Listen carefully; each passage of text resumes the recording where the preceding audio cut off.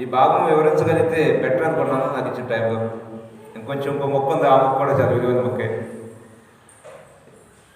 నీ భార్య అయిన యోసేపును, నీ భార్య అయినటువంటి మరియను చేర్చుకోటకు యోసేపు నువ్వు భయపడద్దు.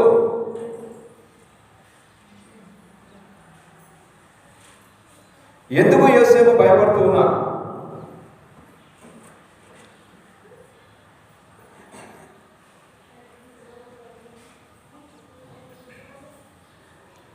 ఆదికాండం 18వ అధ్యాయం 12వ వచనం.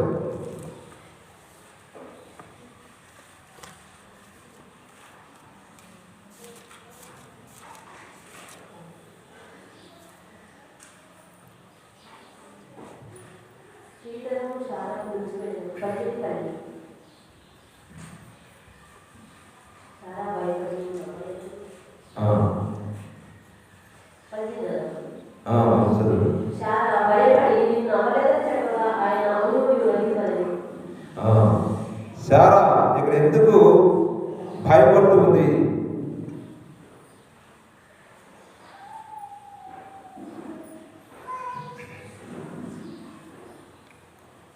తదుపరిగా మార్క్స్ వార్త మొదటి రాజు గ్రంథం 17వ అధ్యాయం 12వ వచనం. మొదటి రాజు గ్రంథం 17:12.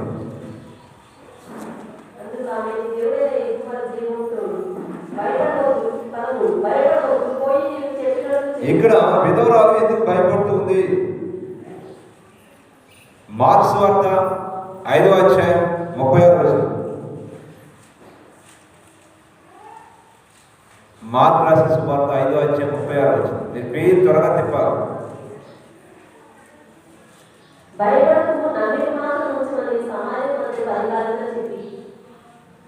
ఆదికాండం 15:1.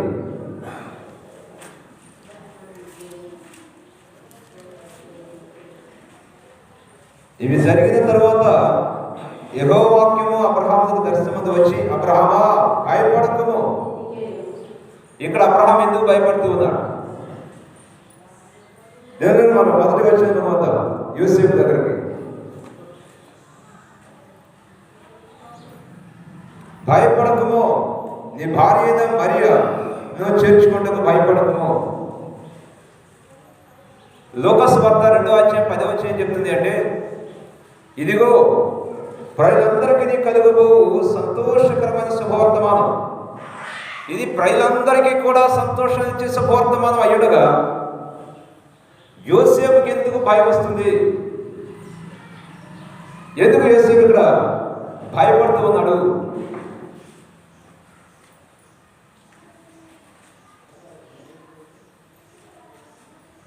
యోసేపు ఊహల సరిహద్దు కూడా లేదండి. ఈ విధంగా జరుగుతుంది అని ఎప్పుడు ఊహించి కూడా ఉన్నాడు. ఓ నార్మల్ పర్సన్ ఆయన. మరియ కూడా ఓ పేదరా, ఆమె కూడా ఆ రోజు భయపడింది. చూడండి లూకాసు వార్త, దాని గురించి వివరించడానికి టైం లేదు కాబట్టి చూద్దాం. లూకాసు వార్త 1:31 వెళ్దాం.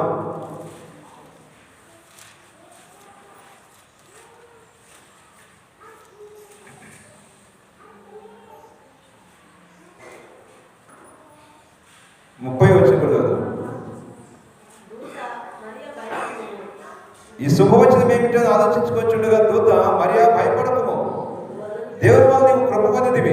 ఇదిగో నీవు గర్భం ధరించి కుమారుని కని ఆయనకు యేసు అని పేరు పెట్టుదు. కన్యకైన నేను ఏ విధంగా గర్భవతి అవుతాను అనే భయం ఆమె కూడా వచ్చింది. ఇక్కడ యోసేపు భయపడుతూ ఉన్నాడు. నగర కారణం అసాధ్యమైనటువంటి కార్యాన్ని అంగీకరించిన స్థితి. With faith all things are possible. నమ్ముట నీ వల్ల అయితే నమ్మ సమస్తమును సాధ్యమే అని చెప్పాడు దేవుడు. ఇక్కడ అసాధ్యమైన కార్యాన్ని అంగీకరించే స్థితిలో యోసేపు ఉన్నాడు. ఈరోజు చాలా మంది క్రైస్తవుల యొక్క పరిస్థితి కూడా ఇదే. కొరింథీయులకు రాసిన మొదటి పత్రిక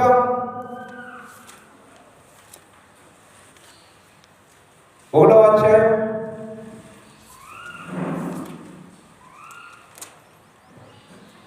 21వ వచనం. దేవుని జ్ఞానానుసారముగా లోకము తన జ్ఞానము చేత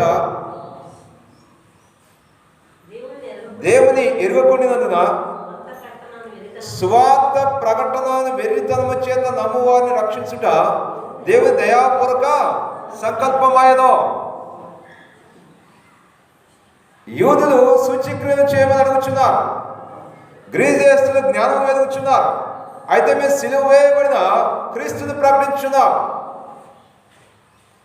జ్ఞానీయమాయను, శాస్త్రీయమాయను, ఈ లోకపు తర్కవాదీయమాయను, ఈ లోక జ్ఞానము దేవుడు వెర్రితనముగా చేసి ఉన్నాడు కదా. మనిషి యొక్క జ్ఞానానికి అందంది సిలువ మానవ పునరుద్ధానం. ఈరోజు చాలా మంది క్రైస్తవులు రక్షించబడ్డారు అనుకుంటున్నాం. చాలా మందికి రక్షణ యొక్క విలువ తెలియదు. 360 రోజులు దేవుడు కాపాడాడు కదా, కాపుదలిచ్చాడు కదా, దాని విలువ కూడా చాలా మంది క్రైస్తవులు తెలియదు. ఎన్ని రోజులు దేవుడు కాపాడాడే. అరే ఒక్కరోజు 1 గంట మనం బ్రతకాలి అంటే ఆక్సిజన్ సిలిండర్ పెడితే ఎన్ని వేలు మన దేవునికి ఇవ్వాలి. ఏం బ్రదర్ అండ్ సిస్టర్, హాస్పిటల్కి వెళ్ళి ఆక్సిజన్ పెడితే పెట్టిన దగ్గర కౌంట్ అవుతుంది డబ్బులు. అవేమీ లేకుండా దేవుడిని క్షేమంగా ఈ 365 రోజులు కాపాడితే గొర్రెల మంద అంటే చక్కగా సరిపోతుంది. ఒకసారి నేను కనుక మీ కూడికెళ్ళి కనుక రివిజన్ చేసి చూస్తే దేవస్థానికి వెళ్ళి గొర్రెల మందే వీళ్ళు ఏం చేశారు ఇంకోటి అనేది, వీళ్ళు ఏం చేశారు ఇంకొకటి అనేది, సిరీస్ ప్రకారం అన్నమాట. అట్లా చూసేది దేవుడిని కాపాడేందుకు కాదు, ఎంతగా మనం దేవుని విలువ కలిగి ఆ విలువను గుర్తించాం. That's very important. నా బాధ ఏంటంటే మీరు ఇచ్చే అర్పణ గురించి నా బాధ లేదు, ఎందుకంటే పెట్టి పెట్టుకునే కాదు. కానీ మీ విశ్వాసం, మీరు ఎంతగా విలువను గుర్తించారు. That's very important. యేసు శిలువ మరణాన్ని మీరు ఎంతగా గుర్తించారు, ఆ రక్షణ భాగ్యాన్ని బట్టి ఎంతగా మీరు కృతజ్ఞతా భావాన్ని కలిగి ఉన్నారు. ఇక్కడ యోసేపు భయపడ్డం గల కారణం ఏంటంటే ఒకటి విలువను గుర్తించకపోవడం, రెండోది అసాధ్యమైనటువంటి ఆ కార్యాన్ని అంగీకరించలేకపోవడం. అదే భయం వచ్చింది యోసేపుకి. నిన్ను నన్ను రక్షించడం అనేది దేవుని యొక్క అసాధ్యమైన కార్యం. హెబ్రీ పత్రిక 10వ అధ్యాయం 4వ వచనం చెప్తుంది కదా, జంతువుల రక్తం ద్వారా మానవుని యొక్క పాపం తీసివేయడం అసాధ్యం. మరి ఏ రక్తం కావాలి? ఆ దేవాదేవుని యొక్క రక్తమే ఈ మానవ జాతి యొక్క పాపానికి విరుగుడయ్యింది. ఆ వాగ్రూపమైన మహాదేవుడు శరీరాన్ని ధరించి రావాలి, వచ్చి తన ప్రాణాన్ని పుణ్యంగా దానంగా బలియాగా అర్పించాలి. అప్పుడే మానవ జాతి యొక్క పాపహరణ జరుగుతుంది. దేవుడు మానవాకారం ధరిస్తాడా? ఈ యావత్తు భూమిని ఆకాశం సృష్టించిన మహాదేవుడు. అపోస్తలుల కార్యం 7వ అధ్యాయం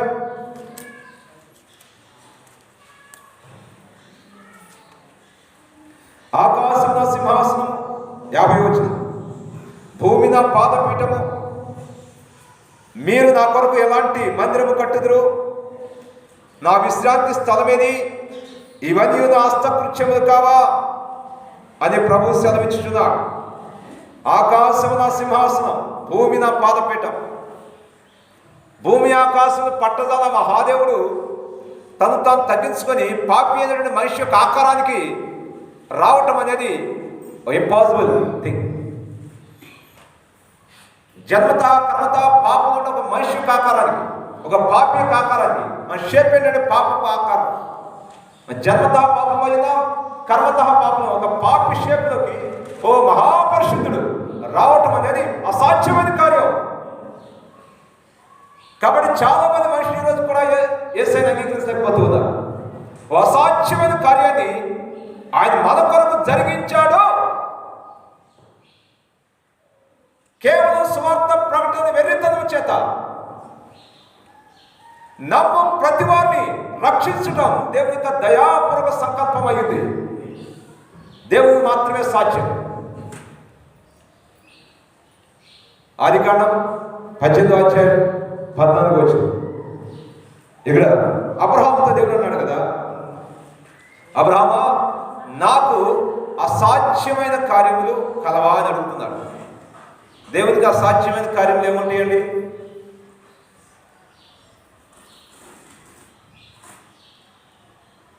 ఆ రోజు శారమ నవ్విందట.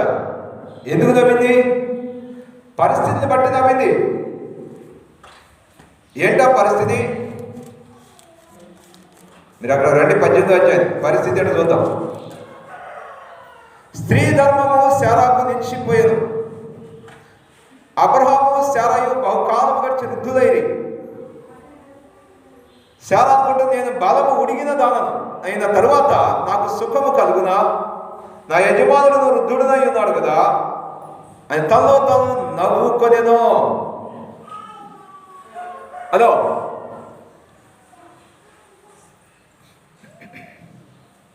శారమ తన వైపు చూసుకుంటూ ఉంది, తన చుట్టూన పరిస్థితి చూసుకుంటూ ఉంది. తను ఎంత బలహీనమైనటువంటి చూసుకుంటూ ఉంది. తన గర్భం మృతతుల్యమైనట్టుగా చూసుకుంటూ ఉంది.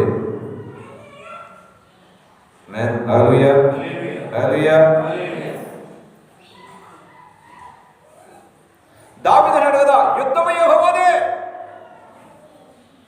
ఎప్పుడు యుద్ధ రంగంలో కత్తి పట్టలేదు, డాలు పట్టలేదు, యుద్ధం చేయలేదు, ఒక విజయాన్ని సాధించలేదు, కేవలం గొర్రెలు మేపుకుంటూ బతికాడు. కానీ రంగం మారింది. గొర్రెల కాపరిగా ఉన్నాడు దావీదు, ఇప్పుడు యుద్ధ రంగంలోకి వచ్చాడు. మరి యుద్ధం చేయడం రానటువంటి దావీదు అన్నాడు కదా గొలియాతుతో, బాయ్ నా ఎత్తు చూస్తున్నావు, నా చేతిలో కర్రను చూస్తున్నావు, నా చేతిలో ఒడిశాలను చూస్తున్నావు, కానీ నేను ధరించి వచ్చే దేవుడు మాత్రం చూడలేకపోతున్నావు. నువ్వు ఏ దేవుడు దూషిస్తూ ఉన్నావో ఆ దేవుడి నామం పెట్టి నీ మీదకి యుద్ధానికి వస్తూ ఉన్నావు. నన్ను బట్టి కాదు, హలో, నన్ను బట్టి కాదు, నువ్వు మోసపోతున్నావు, నన్ను చూసి మోసపోతున్నావు, నన్ను బట్టి కాదు, దేవుడిని బట్టి వస్తున్నావు.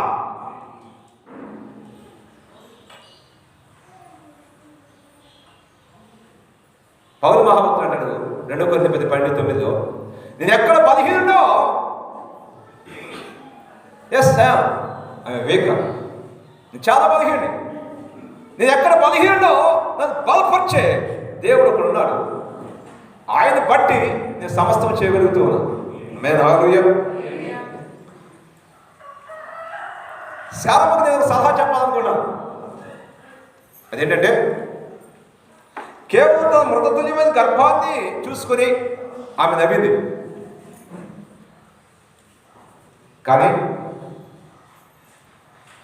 లూకాసు వార్త 7వ అధ్యాయం 11వ వచనం, ఆయన సత్య శవాన్ని ఆ పాడిని ముట్టి చనిపోయిన కుమారుడు తిరిగి లేపి ఆ తల్లికి, విధవరాలని తల్లికి అప్పగించాడు నాయుడు అనే గ్రామంలో. మార్క్స్ వార్త 5వ అధ్యాయం 41వ వచనంలో చనిపోయిన కుమార్తె దగ్గరకు వెళ్ళి తల్లి తాకుమి అని చెప్పాడు. ఆ కుమార్తె నిద్రలోంచి పైకి లేచినట్టుగా లేచింది. యోహాను సువార్త 11వ అధ్యాయం 43వ వచనంలోకి మీరు వెళ్తే ఒక సమాధి దగ్గరకు వెళ్ళారు ప్రభు. అప్పుడు 4 రోజులు అయిన శవం కులిపోదా 4 రోజులు కులిపోతుంది, కులి కంపు వస్తుంది. వాళ్ళు చెప్పారు, ప్రభా శరీరం కులిపోతుంది, కంపు కూడా వస్తుంది, రాయి దొర్లించొద్దు అంటే దొర్లించమని ప్రభు చెప్పారు. రాయి దొర్లించగానే ఓ భయంకరమైన వాసన వస్తూ ఉంది. ఆ కంపు నుంచి ప్రభు పిలుస్తున్నాడు, లాజరు బయటికి రా అని బిగ్గరగా కేక వేశాడు.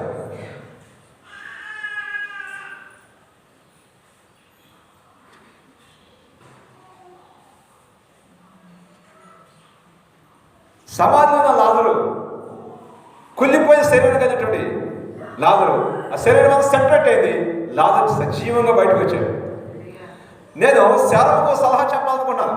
శారమ, నువ్వు ఎందుకు నవ్వావు? నీ పరిస్థితి చూసి నవ్వుకున్నావు. నువ్వెందుకు భయపడ్డావు? నీ పరిస్థితి చూసి భయపడ్డావు. నీ బలం మీద నా దేవుడు ఆధారపడ్డావు. నీ పరిస్థితి మీద ఆధారపడి దేవుడు కార్యం జరిగించడు.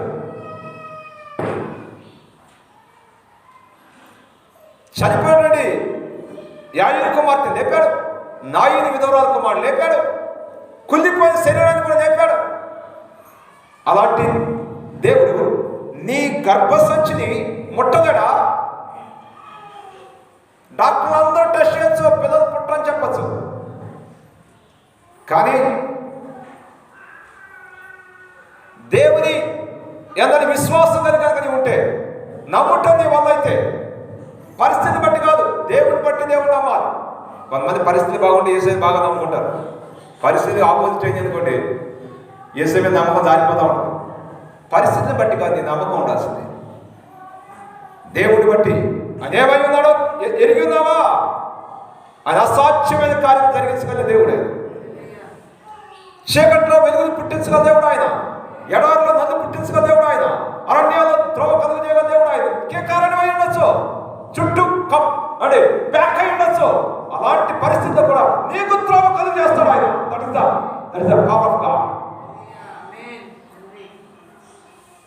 నీకేది అసాధ్యం అనుకుంటున్నావో దాన్ని సాధ్యపరచగల దమ్ము నా దేవుడికి ఉంది. ఆయన సందర్భ పనుండే కెపాసిటీ నీకుంటే.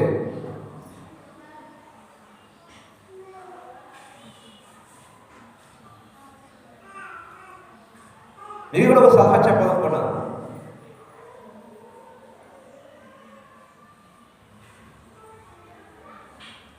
ఇవి వచ్చిన తర్వాత మీకు ఆ సలహా చెప్తాను. చూడండి, మొదటి రాజుల 17:12.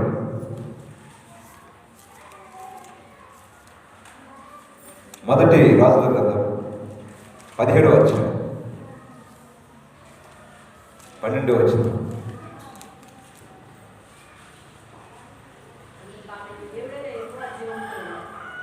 భయపడవద్దు, పోయి నీవు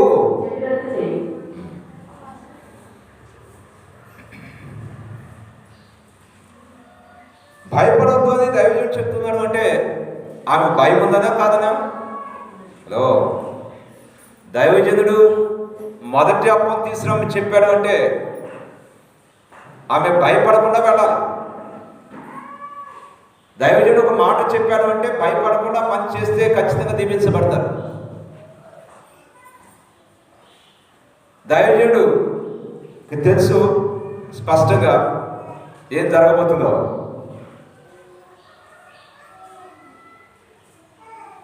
దైవజనుడు షార్ట్గా దూషించిన, షార్ట్గా తక్కువగా మాట్లాడినా దేవుడు ఊరుకునేవాడు కాడు.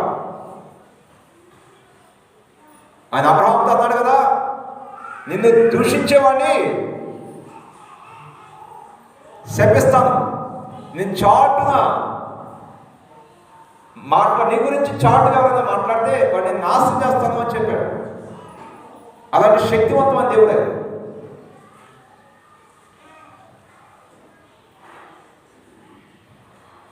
ఒక కొవ్వొత్తి ప్రజ్వలన కూడా ఏదైతే అడ్డు వస్తుందో మినుకు మినుకు మినుకు మినుకు అంటుంది అనుకోడు. దానికి ఏదో అడ్డు తగ్గుతుంది, గాలి. కొంచెం గాలి మాటలు అంటూ ఉంటారు, గాలి మాటలు పుట్టిస్తూ ఉంటాడు. అలాంటి మాటలు విని ప్రజ్వలవలసినటువంటి ఆ ఒత్తే కుసించుకుపోతూ ఉంటుంది. ఎందుకు కుసించిపోతూ ఉంది? మీకు ఒక విషయం చెప్తాను ఈరోజు.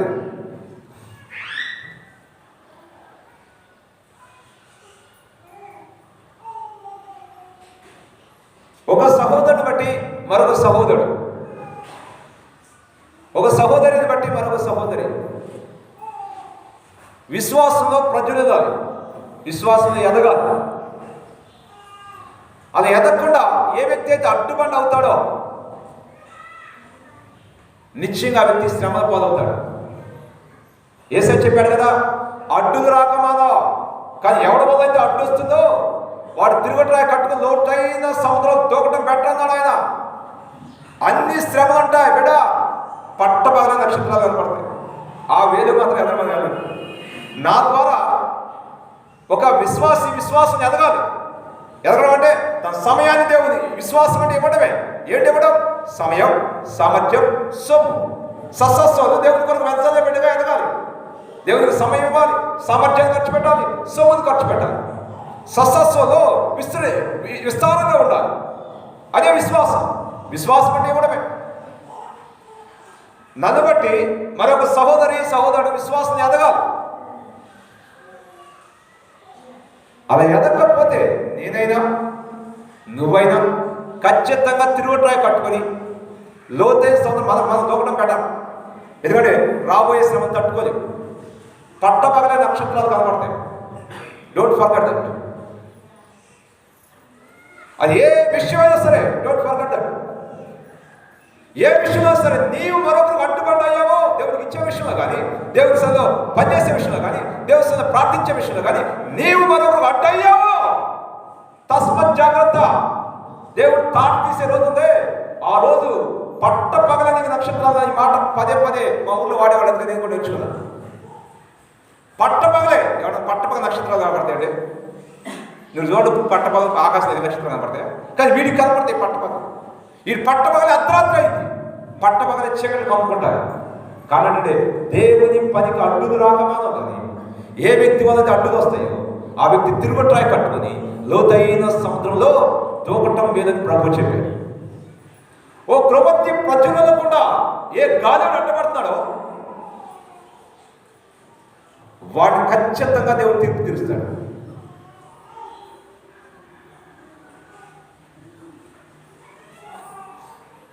హగ్గయి గ్రంథం 1వ అధ్యాయం 6వ వచనం. హగ్గయి గ్రంథం 1:6. నీ వల్ల ఒక బిడ్డ దేవునికి ఇవ్వలేని అడ్డుబండ అయితే, నీవు అడ్డుబండగా ఉంటే, నీ వల్ల ఒక బిడ్డ ప్రార్థన ఎదగలేని బిడ్డగా ఉంటే నష్టపోతాం.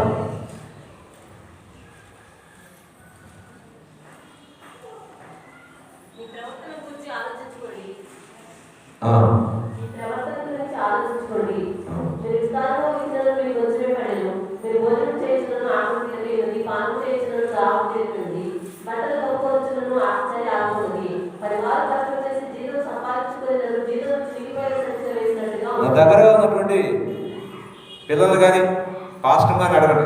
నా చుట్టూ ఉంటే ఉపవాస ప్రార్థన తప్ప కలపలేదు. దేవుడు ఆ రకంగా ఉన్నాయి. ఉపవాస ప్రార్థన చేస్తే తప్ప నిలబడలేదు. వారానికి 2 రోజులు, వారానికి 3 రోజులు మాత్రమే, వారంలో తింటే నిలబడలేదు. అది విశ్వాసం ఎదగాలి అని నా ఉద్దేశం. కన్నీటి ప్రార్థన చేయాలి. దేవుడు ఆ విధంగా వాడుకున్నాడు. నీ చుట్టూ ఉన్న బిడ్డ, నీకు పరిచయం బిడ్డ కన్నీటి ప్రార్థన చేస్తుందా? నీ దగ్గర ఉన్న బిడ్డ, నీతో పరిచయం బిడ్డ దేవుడు నీతో ఇవ్వగలుగుతుందా? నీతో పరిచయం ఉన్న బిడ్డ దేవుని కొరకు మందిరాన్ని ఓడగలుగుతుందా? పట్టాలు వేసింది ఎప్పుడన్నా? మందిరం ముందు వచ్చిందా? నీతో సహవాసం చేస్తే పాడైపోతుందా? తస్మ జాగ్రత్త.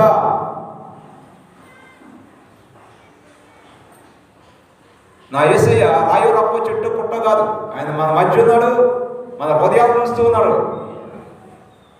నా పరిశుభ్రం చెప్తుంది కదా, దేవుని చేతిలో పడ్డ మహాభయంకరమని హెబ్రీ పత్రికలో. మహాభయంకరం. మనం అది చూడనట్టు పోతాం. పర్లేదే, అది ఆడు బాధపడతాడే.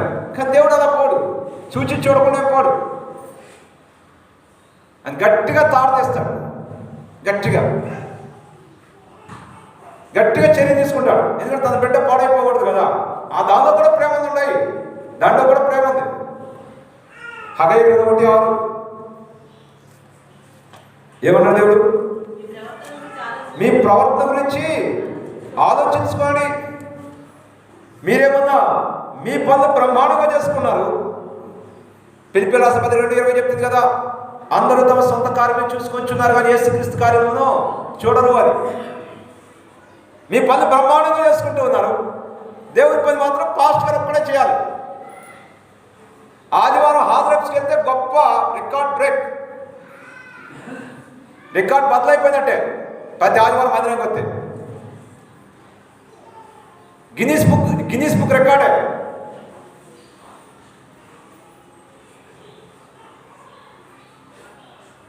దేవుడు ఎవరికే నియమించడండి,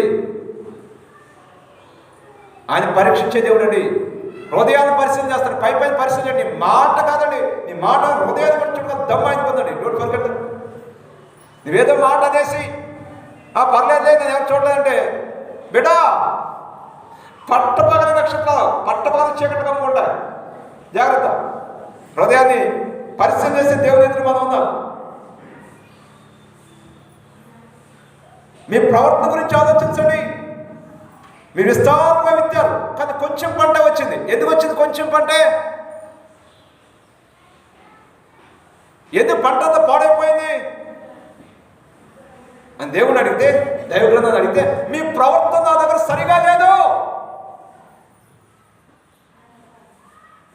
first you must remember your life.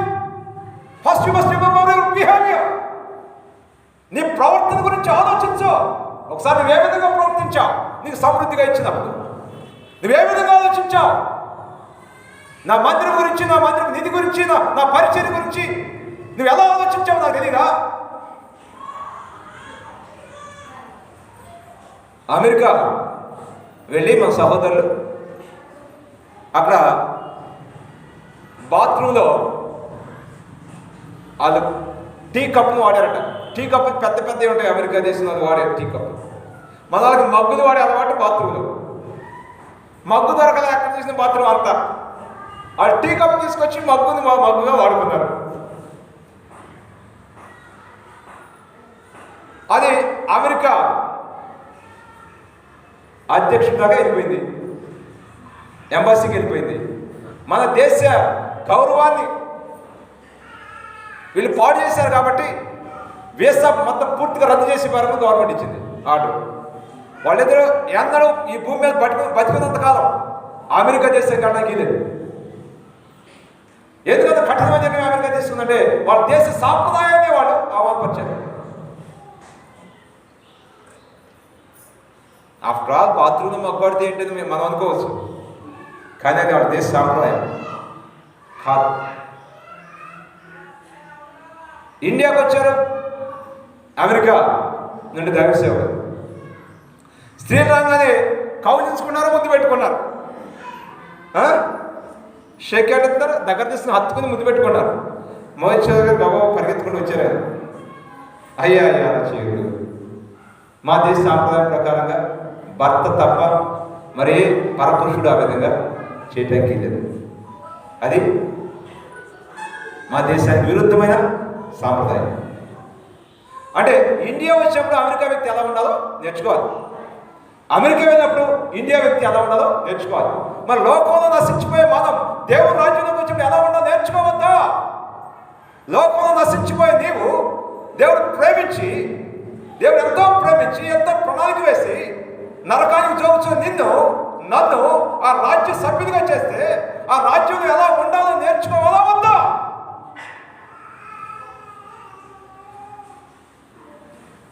అంటే అందుకే దేవుడు అంటాడు, ప్లీజ్ రిమెంబర్ యువర్ బిహేవ్. నా రాజ్యంలో కూర్చున్నా, నా రాజ్యంలోకి వచ్చావు, కానీ నీ ప్రవర్తన మారలా, నీ బుద్ధి మారలా, నీ ఆలోచన విధానం మారలా.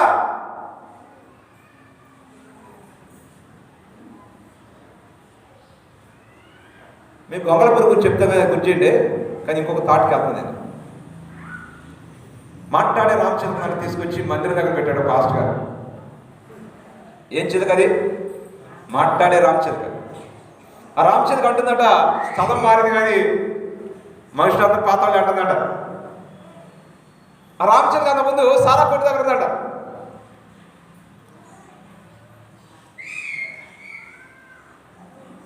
అక్కడికి వచ్చేవాళ్ళు అంట, ఈ మందిరం వచ్చేవాళ్ళు కొంతమంది. ఆ రామచిలక చూస్తూ ఉండేదట. ఇప్పుడు అదే వ్యక్తులు మందిరానికి కూడా వస్తున్నారట.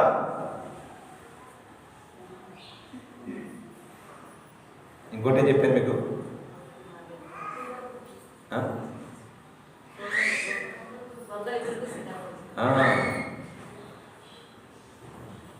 యేసే మనకు పెంచింది ఏదో కొన్ని మార్పులు చేసుకోవడానికి కాదు.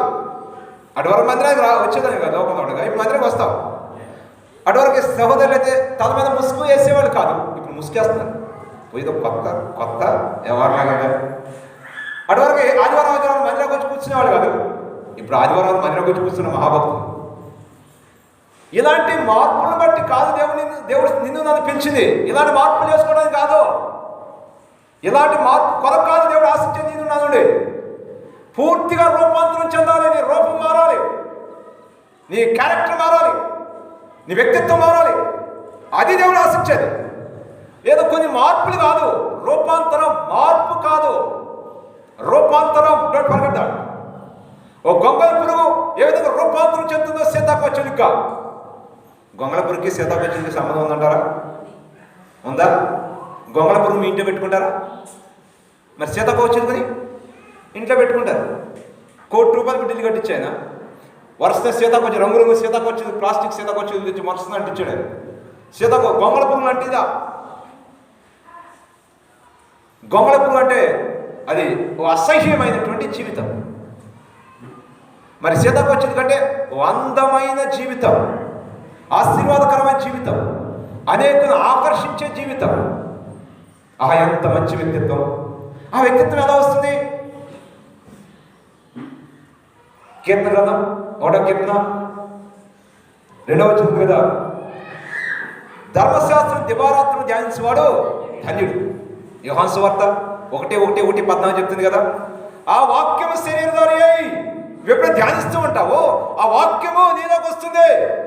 ఓ శిల్పకారుడు శిల్పాన్ని ఏ విధంగా చెక్కుతాడో దేవుని యొక్క వాక్యం నీలోకి వచ్చి ఓ మంచి వ్యక్తిత్వాన్ని నీకు చెక్కుతుంది. అది ఎలాంటి వ్యక్తిత్వం తెలుసా? రాజుల ఎదురు కాదు, ఎమ్మెల్యేల ఎదురు, ఎంపీల ఎదురు కాదు, ఏదో గొప్ప గొప్ప వ్యక్తుల ఎదురు కాదు, మాత్రమే కాదు, ఏకంగా యావత్తు భూమిని ఆకాశం సృష్టించిన మహాదేవుని ఎదుట నిలబడగలటువంటి వ్యక్తిత్వాన్ని దేవుడు నీకు ఇవ్వటానికి ఇష్టపడుతూ ఉన్నాడు. అంతగా నేను శుద్ధీకరించి ఆయన వాక్కు చేత దేవుని అంటే నేను నిలబెట్టాలి అని దైవసేవని వాడుకుంటూ ఉన్నాడు ఆయన. ఆమె నీకు వాక్యాన్ని బోధిస్తూ ఉన్నాడు ఆయన. కానీ వాక్యాన్ని నీ చెవులు వదిలిపెట్టావు అనుకోండి, అది నీ కర్మ. వెనుకొని నిద్రపోయావు అనుకోండి, అది నీ కర్మ. ఆ వాక్యాన్ని శ్రద్ధగా వినాలి, అనుసరించి నడవాలి. అప్పుడు నువ్వు పైవాడు ఉంటావు, కింద వాడు ఉంటావు, తలగా ఉంటావు, తోక ఉంటావు, అప్పించేవాడు ఉంటావు, అప్పించే దేవుని నిలబడాలనే వ్యక్తిత్వం నీకు సంతరించుకుంటుంది.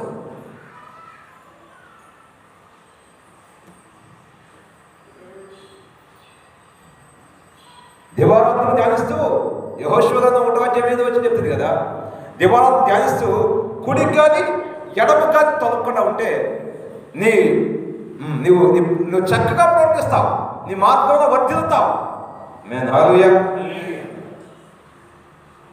ఏమండి, యేసయ్య నమ్ముకుని ఏ చిన్నపాటి పని చేసినా కానీ వర్తిల్తామండి. నువ్వు పేద కష్టపడవసరం, ఓ చిన్న పని చేసినా దేవుడు దీవిస్తాడు. దీవెన అనేది దేవుని దగ్గర వచ్చేది, నువ్వు చేసే పని బట్టి వచ్చేది కాదు. దీవించేవాడు ఆయన.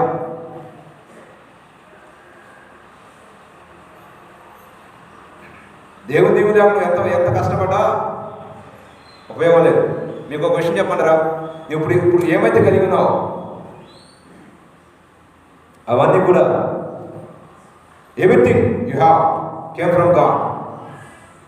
నువ్వు కలిగి ఉన్న అన్నీ కూడా దేవుని దగ్గర వచ్చినాయి. నీ ప్రాణం, నీ ఆయుష్, నీ ఆరోగ్యం, నీ కుటుంబం, సమస్తం దేవునికి ఇచ్చినాయి. Came from God. Everything you will receive in your future will come from God. Never forget this. భవిష్యత్తులో పొందుకోబోయే అన్నీ కూడా అవి దేవుని దగ్గర నుంచి రావాలి. Don't forget it. ఇప్పుడు నువ్వేదైతే కలిగి ఉన్నావో అవన్నీ దేవుని దగ్గర వచ్చినాయి. నువ్వేమైతే పొందుకోబోతున్నావు భవిష్యత్తులో అవన్నీ దేవుని దగ్గర నుంచే రావాలి. 75 కీర్తన వచ్చి చెప్తుంది కదా, ఒకరిని తగ్గించేవాడు ఆయనే, ఒకరిని హెచ్చించేవాడు ఆయన. తూర్పు నుండి కానీ పడవ నుండి కానీ అరణ్యం నుండి కానీ హెచ్చింపు కలగదట. ఆయనే ఒకరు తగ్గిస్తాడు, ఒకరు అనగదొక్కుతాడు, ఒకరు లేవనెత్తాడు. ఆయన చేతిలో ఉంది. ఆయన పక్కన పెట్టి నువ్వేదో ఎగిరితే చూసేవాళ్ళకి విచిత్రంగా ఉంటుంది. నేను తెగుతున్నాడు కానీ ఏం కాలేదు, నేను చెమటలు పడుతున్నాయి కానీ ఏం కాలేదు, అక్కడ పని ఏం కాలేదు, నేను చెమటలు పడుతున్నాయి.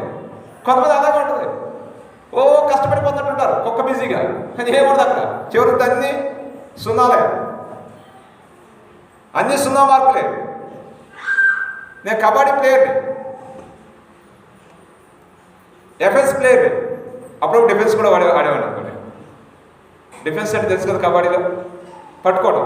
డిఫెన్స్ అంటే ఇది పాయింట్ తీసుకురావడం. నేను డిఫెన్స్ ప్లేయర్, దాదాపు 26 పాయింట్లు ఒకసారి తెచ్చాను. కాబట్టి నాకు ఛాంపియన్ ప్రైజ్ ఇచ్చారు. కబడ్డీ జిడ్డుగాళ్ళు ఉంటారు, మరి పాయింట్ తేడా ఇవ్వడు. అక్కడ కబడ్డీ ఆడుతూనే ఉంటారు. కబడ్డీ కబడ్డీ కబడ్డీ కబడ్డీ కబడ్డీ కబడ్డీ కబడ్డీ కబడ్డీ కబడ్డీ కబడ్డీ కబడ్డీ కబడ్డీ కబడ్డీ కబడ్డీ కోర్టులో ఉంటాడు, కోర్టులో ఉంటాడు, ప్లేయర్గా ఉంటాడు, అన్నీ ఉంటాయి అర్హత. కానీ ఆడతాడు కదా, పాయింట్ రాదు. కొంత బ్రతుకులు కూడా అలాగే ఉంటాయి. వాళ్ళు ఏదో భక్తి చేస్తూనే ఉంటారు, చేస్తున్నట్టే ఉంటారు, కానీ బతుకుతారు.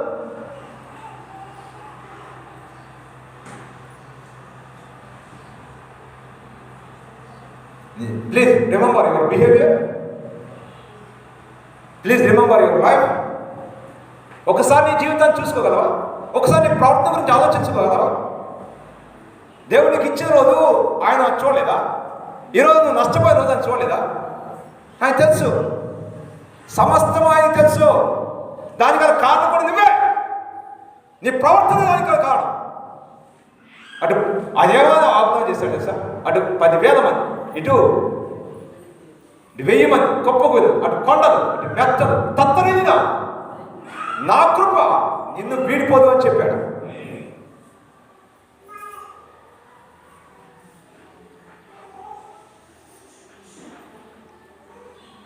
అలాంటి దేవుని సన్నిధిలో మనం బ్రతుకుతూ మన ప్రవర్తన గురించి ఆలోచించకపోతే ఎలాగండి?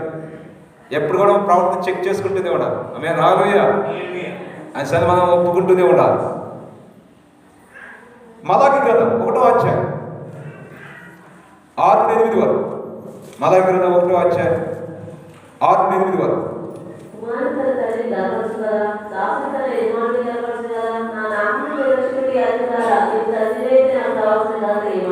నేను తండ్రిదే అంటున్నారు కదా, నాకు రావాల్సిన గాంధీ ఏది?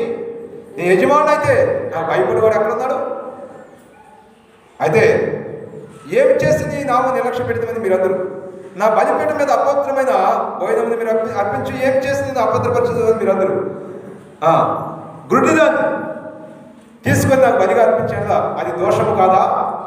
కుంటిదానైనా రోగం కదానైనా అర్పించేదా అది దోషము కాదా? అటు వాడిని ఈ అధికారం నీవు ఇచ్చిన కదా, అతడు నీకు దయచూపుదా? ముఖ్యమంత్రి గారి దగ్గరికి వెళ్ళి, అయ్యా ఈ సంవత్సరం అంతా మమ్మల్ని కాచి కాపాడావు, బ్రహ్మాండంగా పరిపాలించామని చెప్పి ఆయన చేత 100 రూపాయలు పెడతాం, 100, 200 పెడతాం అనుకోండి. పెడితే ఆయనకి ఎక్కడ ఎవడ కావాలండి డబ్బులు అంటాడు. అవునా? ఆయనకి అవసరం అంట. ఆయన కావాల్సిందంటే కృతజ్ఞత భావం కావాలి. That is very important thing. Thankful nature నీలో కావాలి. ఆ కృతజ్ఞత భావం మనలో పెళ్ళికి రావాలి. దేవుడు మనం దీవించాలి అంటే ఆమేన్, హల్లెలూయా. కృతజ్ఞత భావం లేకుండా దేవునికి ఎంత ఇచ్చినా యూజ్లెస్. కృతజ్ఞత భావం నింపడి నీవు దేవునికి ఇచ్చే ప్రతి అర్పణ చాలా విలువైంది, చాలా విలువగా దేవుడు స్వీకరిస్తాడు.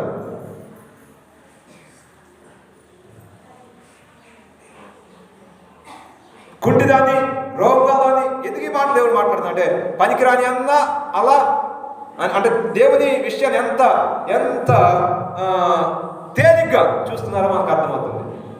కుంటిదాన్ని రోగాలని చచ్చిన దాన్ని తీసుకొచ్చి దేవుని బలిపీఠం మీద అర్పిస్తున్నారు. దేవుడు గొప్పట. దేవుడు శ్రేష్టమైన గోధుమతో మనం తృప్తిపరచాలనుకున్నాడు. శ్రేష్టమైన ప్రాణాన్ని మనకిచ్చాడు. తండ్రి దగ్గర ఒకే ఒక విత్తనం ఉందట. తండ్రి దగ్గర ఒకే ఒక విత్తనం ఉందట. ఆ విత్తనాన్ని ఈ భూమి మీద విత్తాడట. ఈరోజు కొన్ని కోట్ల మంది పుట్టుకొస్తూ ఉన్నారట. ఒకే ఒక విత్తనం ఉంది ఆయన దగ్గర.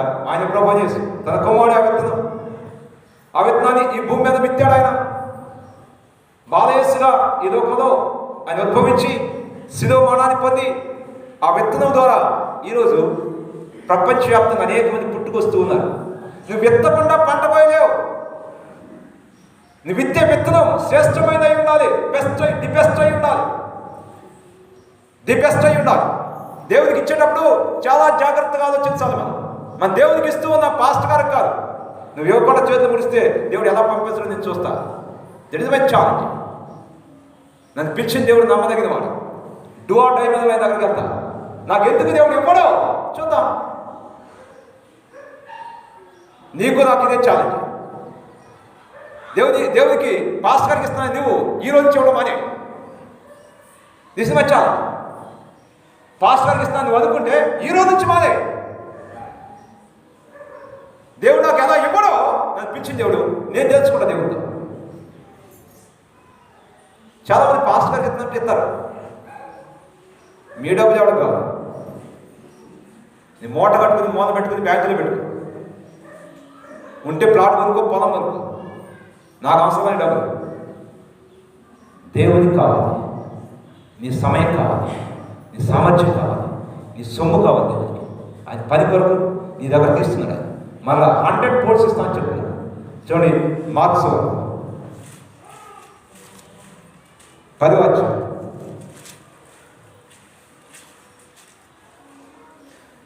పేతురు, ఇదిగో మేము సమస్తమును విడిచిపెట్టి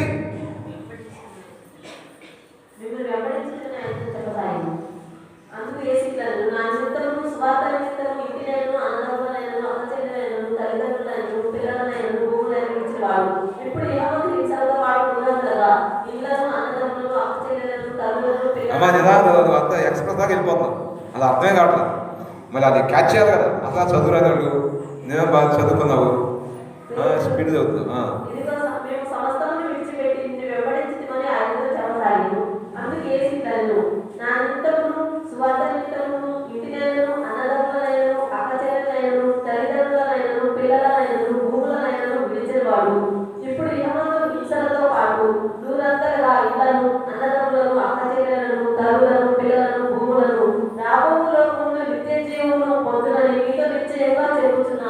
మీరు నష్టపోతారని దేవుడు చెప్పాడా?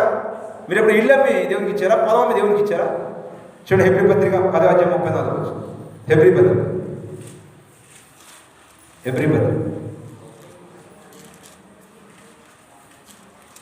10.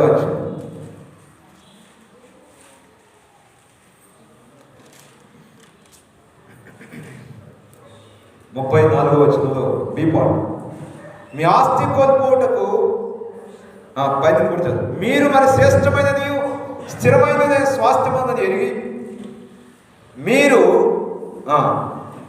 శ్రేష్టమైనది స్థిరమైనది స్వాస్థ్యం ఉన్నదని ఎరిగి మీ ఆస్తిని కోల్పోవడం సంతోషంగా ఒప్పుకుంటారు.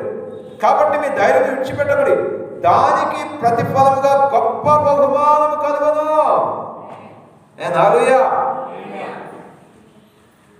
మరి శ్రేష్టమైన స్వాస్థ్యం ఉందని తమకున్న ఆస్తి అంతా కూడా దేవుని పరిచయం ఖర్చు పెట్టేశాడు. ఎందుకని? పరలోకమందు శ్రేష్టమైన స్వాస్థ్యం ఉంది అని ఎరిగి. నా మనసు నా భార్యకి అర్థం కాదు. ఒకసారి మీకేం అర్థం అవుతుంది? కొన్నిసార్లు అర్థం కావు. నా భార్య మనసు నాకే అర్థం కాకపోవచ్చు. కానీ దేవుని సన్నిధిలో మనం ఎలా ఉన్నాం దేవుని అడిగితే చెప్తాడు. దేవుని సన్నిధిలో ఒకరోజు ప్రార్థన చేస్తే కదా 2 days బ్యాక్, ప్రభా నేను ఇలాంటి వ్యక్తినా అంటే నో అన్నాడు. నేను ఇలాంటి వ్యక్తినా నో అన్నాడు. ఆయన ఏమో నాకు చాలా సంతోషం వచ్చింది. జనాలు ఏ విధంగా అనుకుంటున్నా, నా దేవుడు ఏమనుకుంటున్నాడు, దట్ ఇస్ వెరీ ఇంపార్టెంట్.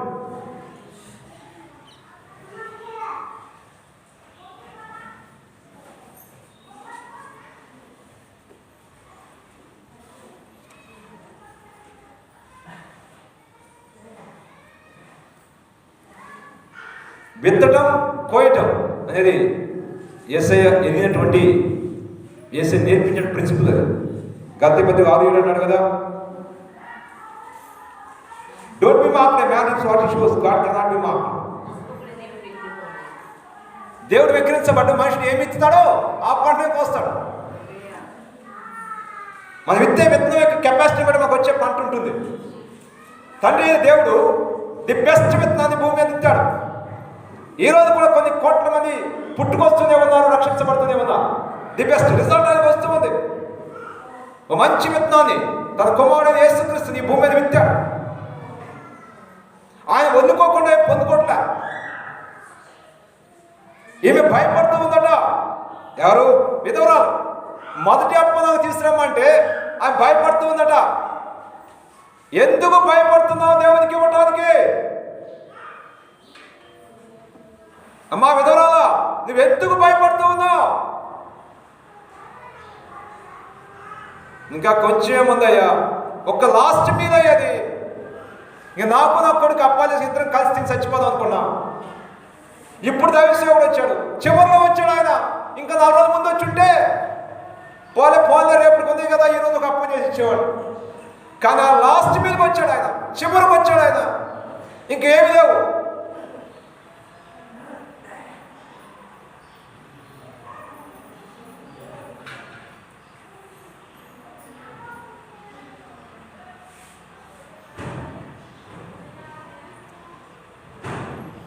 నీకు ఉన్నదాన్ని బట్టి నువ్వు ఎప్పుడు కుంగిపోవద్దు. నీకు ఉన్నది కొంచెమే, కానీ దాన్ని దేవుని కొరకు వదులుకోవడానికి ఇష్టపడితే అక్క, ఆంటీ, అన్నయ్య, అంకుల్ అని అడగకుండా, మీరేం చేశారని అడగకుండా, దేవుని కొరకు దాన్ని వదులుకోవడానికి ఇష్టపడితే దేవుడు తన ఘనమైన కార్యం చేయడానికి ఇష్టపడుతున్నాడు. 3.5 సంవత్సరాల కరువు కాలంలో ఆ విధవరాలు యొక్క కొడుకు, తన తల్లిదండ్రులు, బంధువులు అందరూ కూడా ఆమె ఇంట్లో ఉండి కరువు కాలంలో సమృద్ధిగా పోషించబడ్డారు. ఎలాగో తెలుసా? మానవాతీతమైన శక్తి ప్రవాహంగా వచ్చింది. ఎందుచేత తెలుసా? విశ్వాసంతో ఆమె అడుగు వేసింది. హల్లెలూయా, హల్లెలూయా.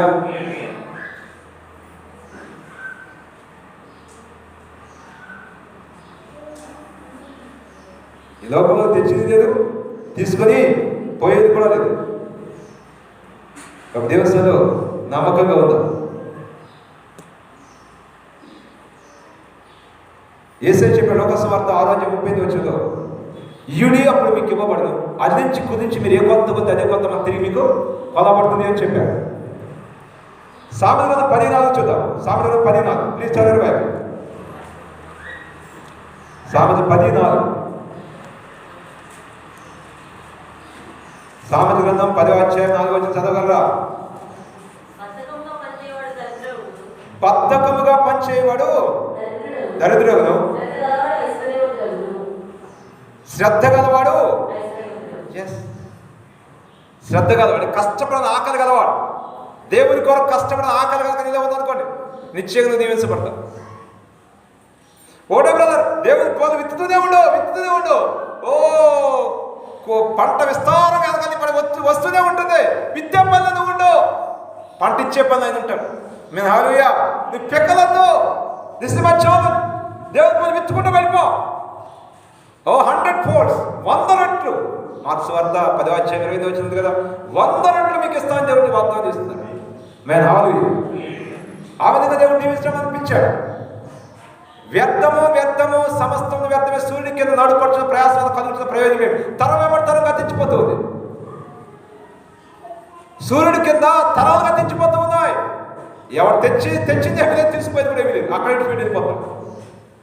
కాగా నా ప్రియ సహోదరులారా, ప్రభునందు మీ ప్రయాసం వ్యర్థము కాదు. 15:50. ప్రభునందు మీ ప్రయాసం వ్యర్థము కాదు అని ఎరిగి స్థిరులయ్యండి, కర్ణవారయ్యండి, ప్రభు కార్యాభివృద్ధి ఎందు ఎప్పటికీ ఆసక్తి కలగడం దేవుడు చెప్తున్నాడు. ఎప్పటికీ ఎవలాస్టింగ్ దేవుని పని కొరకైన ఆసక్తి, నీ సమయం, నీ సామర్థ్యం, నీ సొమ్ము దేవుని పని కొరకు ఖర్చు పెట్టేస్తూ నువ్వు ముందుకు వెళ్తూ ఉండు. ఒక్కసారి వెనక్కి చూస్తే నీకు మైండ్ బ్లాక్ అవుతుంది. ఆ విధంగా దేవుడు ఇస్తాడు. ఆమె ఒక 10 years అట్లా ప్రయాణం చేసిన తర్వాత ఒకసారి వెనక్కి తిరిగి చూస్తే అద్భుతాలు కనపడతాయి. అక్కడ ఆయన అద్భుతాలు కనపడతాయి. ఆమె ఎందుకంటే దేవుడు నమ్మి అక్క, ఆంటీ, అంకుల్, అన్నయ్య అని ఎవరు అడగకుండా అడుగు వేసుకుంటూ వెళ్ళేది దేవుని బట్టి. ఆమె దేవుని బట్టి అడుగు వేసుకుంటూ వెళ్ళలేదు. నిశ్చయంగా దేవుడిని దీవిస్తాడు. గొర్రెల మందాన్ని ఎందుకన్నాను అంటే, ఓ సహోదరుడు అమౌంట్ ఇచ్చాడు అనుకోండి, ఆ అమౌంట్ క్రమంగా కొనసాగడం నేను చూశాను. ఒక సహోదరు ఒక అమౌంట్ ఇచ్చింది అనుకోండి, ఆ అమౌంట్ క్రమంగా కొనసాగడం చూశాను. అంటే ఎంత ఇచ్చారో అదేవిధంగా మరొకరు కూడా. నేను అనుకున్నాను నిజంగా గొర్రెల మంది అనుకోరు. దేవుడి కొరకు మనం త్యాగసహితంగా ఎలా ఉంటే, ఆంటీని అక్కని అడగండి, అంకుల్ని అన్నయ్యని అడగండి. దేవుడిని ఏది చేయమంటే అది చెయ్యి. మరలా చెప్తున్నాను, పాస్ట్ గారికి ఇస్తున్నాను ఆలోచన నీకుంటే ఈ రోజు నుంచి పని చేయి. ఈ రోజు నుంచి పని చేయి. ఈ రోజు నుంచి పని చేయి. This is my challenge. దేవుడు నాకు ఎలా ఇవ్వడం నేను చూస్తాను. నన్ను పిలిచి దేవుడు అంత నమ్మదగ్గ దేవుడు, ఎరిగిన వ్యక్తి. నిన్న యేసుప్రభువు నమ్ముకోవాలనే 30 సంవత్సరాల బట్టి ఆయనతో ప్రయాణం చేస్తున్నాను. ఆయన కెపాసిటీ ఏంటో నాకు తెలుసు. లాక్డౌన్ అయ్యి ప్రార్థన జరగకపోయినా ఎంత నొప్పికడ కలిగిస్తుంది ఆయన, ఎంత నొప్పికడ కలగలేదు. ఆ విధంగా దేవుడు నన్ను పోషిస్తూ వచ్చాడు. దేవుని బిడ్డ, నువ్వు దేవునికి ఇచ్చేది డోంట్ ఫర్గెట్. నీ సమయం దేవునికి కావాలి, నీ సామర్థ్యం దేవునికి కావాలి, నీ సొమ్ము దేవునికి కావాలి. ఎందుకో తెలుసా? ఆయన పనిచేసే స్థలం అదే. నువ్వు ఆయనకి సమయం ఎక్కువ ఇచ్చావు అనుకోండి, ఎక్కువ సమయానికి ఇచ్చావు, అక్కడికి వచ్చి ఆయన పనిచేస్తాడు. నీతో ఎక్కువ మాట్లాడతాడు, నీ జీవితం ఎక్కువ మార్పు చేస్తాడు. నీ సామర్థ్యాన్ని ఖర్చు పెట్టి మందిరాన్ని ఓడటం, మందిరం పని చేయటం, మందిరం పనిలో ఉందాం అనుకోండి, స్వార్థ పనిలో ఉందాం అనుకోండి, స్వార్థ పనిలో ఉందాం అనుకోండి, నువ్వు ఎక్కువ సామర్థ్యాన్ని దేవుడు ఖర్చు పెడతావు అనుకోండి, దాదాపు దేవుడు ఎంటర్ అవుతాడు. ఎంటర్ నీకు మంచి ఆరోగ్యాన్ని ఇస్తాడు, నీకు మంచి ప్రతిఫలాన్ని ఇస్తాడు, నీకు మంచి సామర్థ్యాన్ని ఇస్తాడు. నీ సొమ్ము దేవుని కొరకు ఖర్చు పెడుతున్నావు అనుకోండి, పెగలకుండా ఆ బిగ్ రోడ్డు వేసేసి నీ ఆర్థిక విషయం మొత్తాన్ని దీవించే స్థిరపరిచేస్తాడు. మేము హాలూయ. భయం అవసరం నీకు. నువ్వే ఇప్పటివరకు ఎందుకు నష్టపోయావు తెలుసా? దేవుని మాట నమ్మకం, నామకార్థం భక్తి చేశావు, అందుకని నష్టపోయావు. నిజంగా దేవుని మాట నమ్ముంటే నీకు ఆర్థికంగా నష్టపోయేదాన్ని కాదు, నష్టపోయాడు కాదు, ఆత్మీయంగా నష్టపోయాడు కాదు. దేవుని వాక్యం ఎంత దైవసేవగా బోధించబడుతుందా? నీ ఆంటీ, అక్క, అంకుల్, అన్నయ్య వీళ్ళు చూసి నడుస్తావు, వాళ్ళని బట్టి నడుస్తావు, అందరితో పాటు వెళ్దాం అనుకుంటావు. కానీ దేవుని డిఫరెంట్గా నడిపించాలనుకుంటావు. Is a new god. నువ్వు దేవుడు బట్టి ఒక తీర్మానం చేయి. ఒక దేవుడు నాతో మాట్లాడుతున్నాడు కదా, నీ దగ్గర ఉన్న అమౌంట్ అంతా తీసి ఒక వ్యవస్థకి ఇచ్చేయమని చెప్పాడు. ఒక దేవుడు నాతో మాట్లాడింది, బట్టలు కొత్త బట్టలు అవన్నీ తీసి ఒక వ్యవస్థ ఇవ్వమని చెప్పాడు. దేవుడు చెప్పి మాట ప్రకారం చేస్తూ వెళ్ళినప్పుడు దేవుడు ఏదో అద్భుతాలు సృష్టించడం బాగా చేస్తుంది. నీ తండ్రిని విడిచిపెట్టమన్నాడు, బంధువులు విడిచిపెట్టమన్నాడు. కోదాడమ్మ, మా అమ్మ నాన్న ఏమన్నా బట్టిపోదంటారు, దేవుడు ఏమన్నా కోదాడంటాడు. దేవుడు మాట ఏదాలా, మా అమ్మ నాన్న మాట ఏదాలి, అదే అడిగేది మా అమ్మ నాన్న. దేవుడు మాట ఏదమంటారా లేక మీ మాట ఏదమంటారా? అంటే దేవుడు మాట ఏదాలయ్యా. దేవుడు మాట బట్టి కోదాడొచ్చేది. దగ్గర బంధువులు ఎవరు లేరు. ఒక ఆయన మైకు బాక్సులు పగల కొడతా అంటాడు వచ్చి, ఒక ఆయన వైర్ కట్ చేస్తా అంటాడు. అదే మాట కనుక అక్కడ అంటేదా అది మామూలుగా ఉండేది కాదు, ఎందుకంటే అక్కడ బాగా కంటబలం ఉంది కదా. ఇంటి పేరు వాక, ఊరి పేరు వాక వరపాలి. ఆ ఊర్లో ఉంటే ఎలా ఉంటుంది చెప్పాలో. ఇప్పుడు మా బాబాయ్ గేదెల్ని వేరెక్కి వాడ ఎరంకి ఇద్దరే ఉండేవాడు. ఆడి తొట్టు నీళ్ళు తాగేది. నీళ్ళు తాగితే మా బాబాయ్ ఏమన్నాడు సార్, అసలు అక్కడ నేను తొట్టేవాడు పెట్టమన్నాడు. ఆడ తోటకి వస్తే ఆడింటి ముందు ఆడ కుర్తొట్టి, ఆడింటి ముందు ఆడ పెట్టుకోకుండా ఎక్కడ పెట్టుకుంటాడు చెప్పండి. అక్కడ తొట్టేవాడు పెట్టమన్నాడు నేను అని ఆడి కొట్టేవాడు. ఆడి మీద ఎగిరి వెళ్ళేవాడు. ఆడేం చేస్తాడు బాబు, వాడు ఒక్కడే కదా. నా పరిస్థితి అలాగైంది.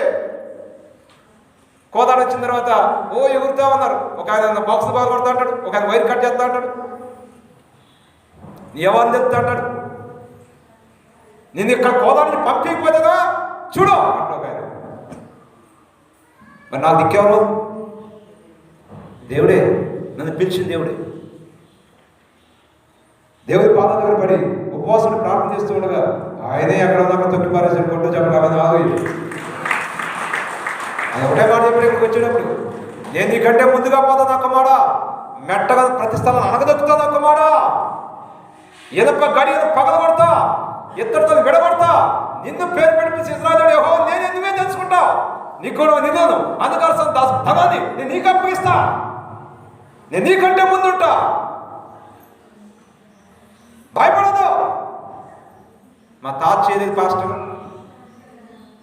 మా అమ్మత్తా చేయలేదు, మా నాన్న చేయలేదు, మా బంధువులు ఎవరు యేసు ప్రభు నమ్మగలరు. మొట్టమొదటి యేసు ప్రభు నమ్మకం అడుగుపెట్టిన వ్యక్తి ఒకే ఒక వ్యక్తి నేను. మరి నాకు తోడుగా ఉన్నాడా? ఒక క్రొత్త అడుగు అయితే చేస్తూ ఉంటే ఆంటీని బట్టి, అంకుని బట్టి, ఊరాన్ని బట్టి, పెద్దవాళ్ళని బట్టి అడిగేదా? ఏసైని బట్టి అడిగేసా. ఏసై నాకు తోడుగా ఉన్నాడా? ఉన్నాడు అని నడిపిస్తూ ఉన్నాడు.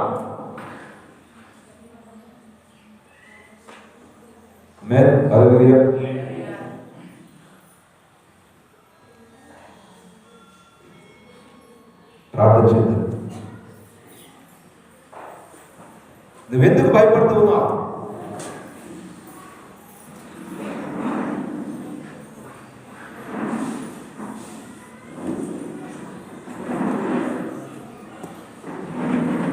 అసాధ్యమైన కార్యాలు అంగీకరించలేక, అసాధ్యమైన కార్యాలు అంగీకరించలేక భయపడుతున్నావా?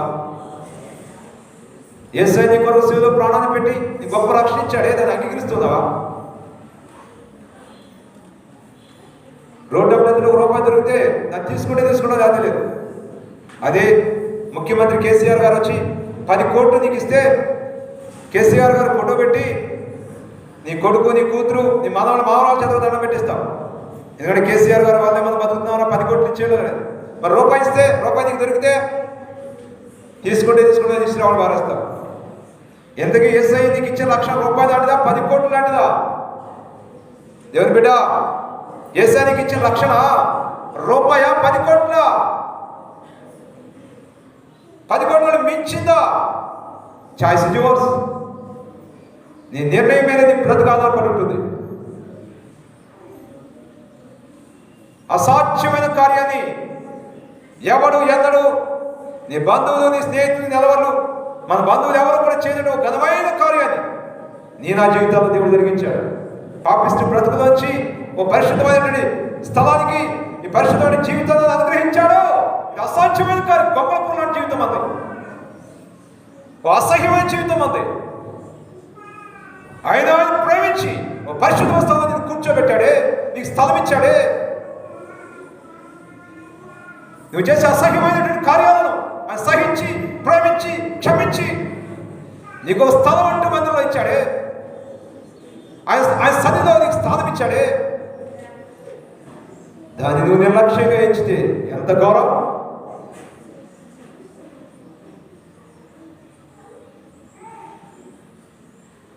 Please remember your life.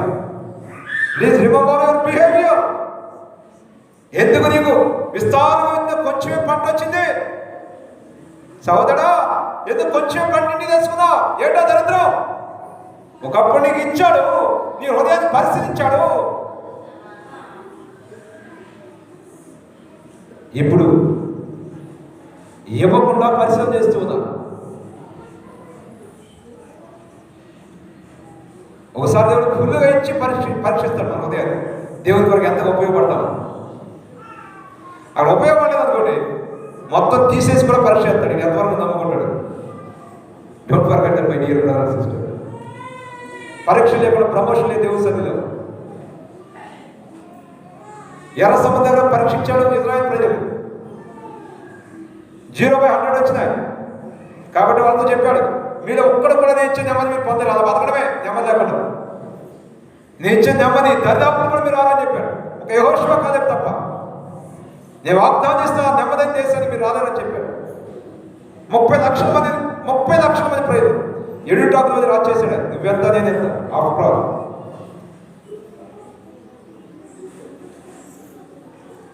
ఏబుని పరీక్షించాడు, ఆస్తించి పరీక్షించాడు. దేవుని కనపరిచాడు. ఏబు ఆస్తిని తీసేసి పరీక్షించాడు. అయినా ఏబు దేవుడిని కనపరిచాడు. కాబట్టి 100 మార్కులు ఏబుకేశాడు దేవుడు. 100/100. అందుకే దివ్యమైన ప్రత్యక్షత కూడా ఏబుకి ఇచ్చాడు. మన డబుల్ ప్లస్సింగ్ ఏబుకి ఇచ్చాడు. ఇది దేవుని యొక్క పరీక్షా కేంద్రం. నీ విశ్వాసానికి పరీక్షా కేంద్రం ఇదే. పేతురు మహాభక్తుడు అన్నాడు కదా,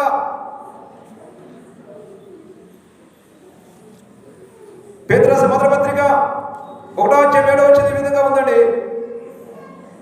నశించిపో సువర్ణము అగ్ని పరీక్ష వల్ల శుద్ధపరచబడుచున్నది కదా, బంగారం కంటే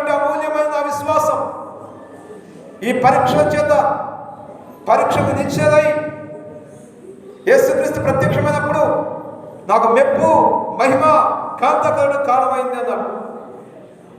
ఈ పరీక్షలో నీకు వచ్చే మార్కును బట్టి దేవుడిని మెచ్చుకోబోతున్నాడు, దేవుడిని కనపరచబోతున్నాడు.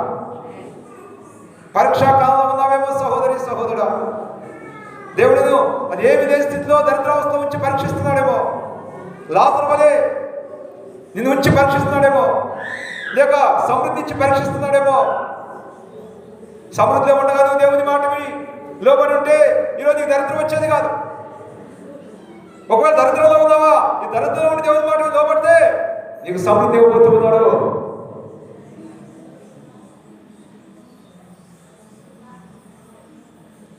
దేవుని మాట లోబడి దేవుని బిడ్డ,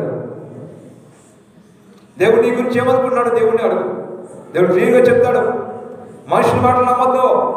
నీ బాధగా ఉందా దేవుని దగ్గర మన దేవుడు మాట్లాడే దేవుడు, మన దేవుడు సజీవుడు. నీ భార్యని అర్థం చేసుకోకపోవచ్చు, నీ భర్తని అర్థం చేసుకోకపోవచ్చు, నీ పిల్లల్ని అర్థం చేసుకోకపోవచ్చు, కానీ ఖచ్చితంగా అర్థం చేసిన ఒకే ఒక్క వ్యక్తి ఉన్నాడు, ఆయన ప్రభువు చేసి. ఆయన ఈ హృదయం ఎరిగిన దేవుడు. ఆయన ఈ హృదయం తల పుట్టకముందే ఆయన బాగా తెలుసు. నీ మాట నోటికి రాకముందే దాన్ని ఆయన ఎరిగి ఉన్నాడు. అలాంటి దేవుని సన్నిధిలో మన బ్రతకడం మహాదృష్టం. దేవుని బిడ్డ, నీ జీవితంలో అసాధ్యమైన కార్యం దేవుడు జరిగించాడు, జరిగిస్తూనే ఉన్నాడు.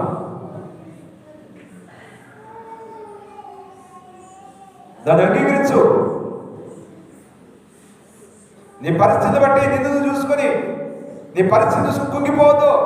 దేవుడు బట్టి ధైర్యంగా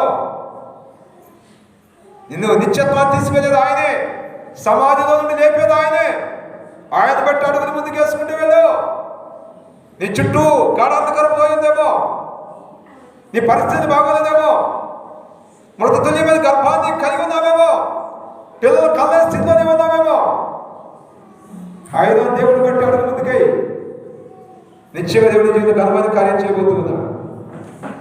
మరొక హెచ్చరిక, ఒక వ్యక్తి విశ్వాసంలో ప్రజ్వలించడానికి ఎవరైతే అడ్డుపడుతూ ఉన్నారో వారు తిరుగుట్రాయి కట్టుకొని లోతైన సముద్రంలో దూకట పెట్టని దేవుడు మాట్లాడుతూ వచ్చాడు. దేవుని బిడ్డ, జాగ్రత్త విషయంలో నీ ద్వారా ఒక బిడ్డ దేవుని సన్నిధిలో ఎక్కువ ప్రార్థన చేసుకోవాలి. నీ ద్వారా ఒక బిడ్డ ఎక్కువగా దేవునికి ఇవ్వాలి. నీ ద్వారా నీతో సాహసం చేసే ఒక బిడ్డ దేవుని కొరకు ఎక్కువ సామర్థ్యాన్ని ఖర్చు పెట్టాలి. సువార్తగా పరిగెత్తుకుంటూ రావాలి నిన్ను బట్టి. అప్పుడు నిశ్చయంగా దీవించబడతావు బిడ్డ.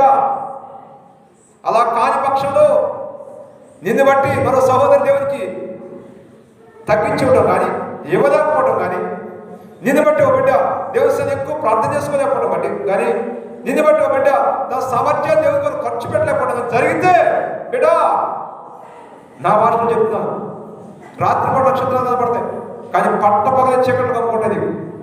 పట్టపగల నక్షత్రాలు కనపడతాయి.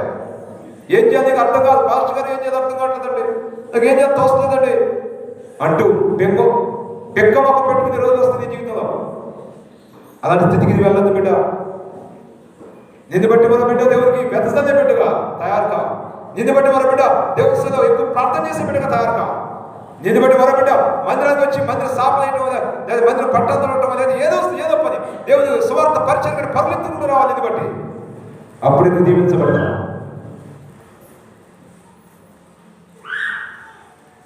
కయ్యను నీ సహోదరుడు ఏమేది ఎక్కడున్నారు? నీ సహోదరుడు ఎక్కడున్నాడు? నీతో సహోదరు ఎక్కడుంది? ఆత్మీయంగా దిగజారిపోయిందా, ఎదుగుతూ ఉందా?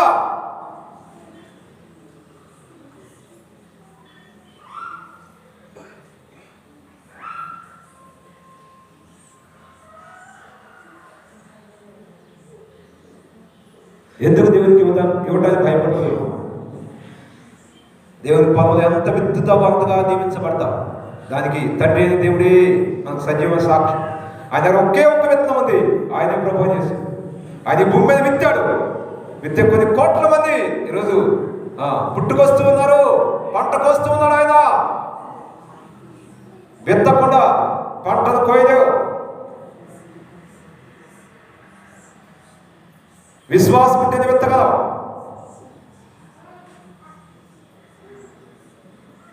జార్జి మదర్ గారు అన్నారు కదా, మీ సంఘం ఎంత ఉద్యోగం ఉందో చూడాలి అంటే ఓ భజన చేసుకుని, ఓ గంతులేసి, ఆర్భాటంగా ఆరాధన చేసి, ఓ చెమట పట్టేటట్టుగా చప్పలు కొట్టి బ్రహ్మాండ వాక్యాన్ని చెప్పుకుని బాగానే ఉంది ఆరాధన, మంచి ఆరాధన, మంచి వాక్యమే. అయితే ఉద్యమం అనేది వీటికి శరీరానికి చెందింది కాదట. Please open the offering box అన్నాడు. మీ కానుకలు పెట్టి ఒకసారి ఓపెన్ చేయండి. వాళ్ళు ఎంతగా దేవుని ప్రేమిస్తున్నారో, వాళ్ళు ఎంత ఉద్యమం ఉందో, అంత జీవం ఉందో, వాళ్ళు ఎంతగా బ్రతికారో అర్థమవుతుంది అన్నాడు. దేవునికి ఇచ్చే విషయాల్లో నువ్వు ఎలా ఉన్నావో దాన్ని బట్టి చెప్పచ్చు. ఎందుకంటే సొమ్ము కొరకు నీ సమయాన్ని వెచ్చిస్తావు, సొమ్ము కొరకు నీ జ్ఞానాన్ని సామర్థ్యాన్ని వెచ్చిస్తావు.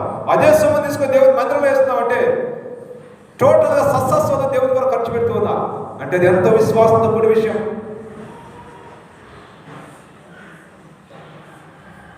బిడ్డ, నాకు తక్కువ ఈ మాటలు చెప్పడం లేదు. నీవు దీవించబడాలని మాటలు చెప్తూ ఉన్నా. ప్రేమ మా తండ్రి, మా మహోన్నతునికి వంద నీ కృపలో జ్ఞాపకం చేసుకోలేదు. నీ దివ్యమైన హస్తాలకు బిడ్డను అప్పగిస్తున్నాను. బిడ్డలని వాడు వాక్యం నీది, ఈ వాక్యానికి నీ బిడ్డలు అప్పగిస్తూ మహిమ నీకే ఆరోపిస్తూ నజరేయుడైన యేసుక్రీస్తు వారి దివ్యనామమున వేడుకొచ్చున్నాం పరమ తండ్రి. ఆమేన్.